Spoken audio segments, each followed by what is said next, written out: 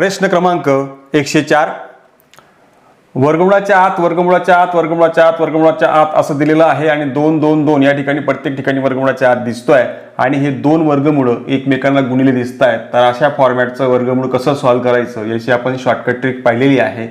याकरता एक छोटासा फॉर्म्युला आहे 2/2n वजा 1/2n वा घात असा त्या ठिकाणी सूत्र आहे. या सूत्राने आपण डायरेक्ट काढू शकतो. हे सूत्र कसं तयार झालं आहे आपण त्या शॉर्टकट ट्रिकमध्ये सुद्धा पाहिलेलं आहे.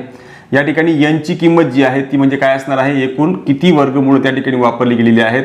तर एकूण इथे 5 वर्गमूळ वापरली गेलेली आहेत. म्हणून आपल्याला जर याची किंमत काढायची असेल तर 2/2/5 घात वजा 1/2n हा घात असे आपल्याला त्याचा फॉर्म्युला मिळतोय. इथे n ची किंमत 5 आहे.